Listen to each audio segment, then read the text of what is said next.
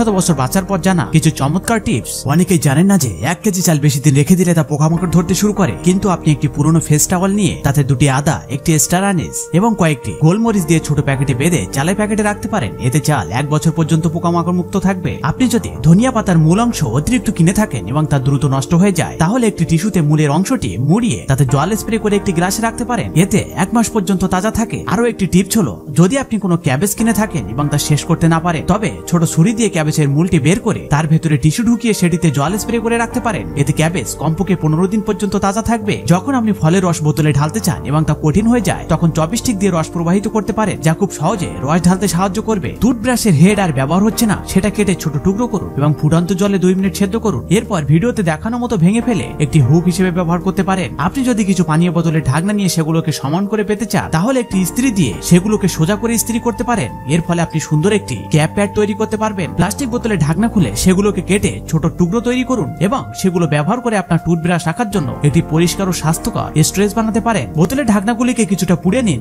এবং তারপর ছাঁচ দিয়ে উপরের অংশটি কাটুন, যা পরে আপনি মশলা রাখার জন্য একটি উপকারী পাত্র হিসেবে ব্যবহার করতে পারেন। 2টি আইসক্রিম স্টিক নিয়ে একে অপরের সাথে ছোট রাবার ব্যান্ড দিয়ে বেঁধে মাঝে একটি কাগজ রেখে শুকনো ফল বা বীজের খোসা ছাড়ানোর জন্য একটি খুবই সুবিধাজনক হয়ে ওঠে। এখন কিছু লাইক সাবস্ক্রাইব পাওয়া যাবে কি?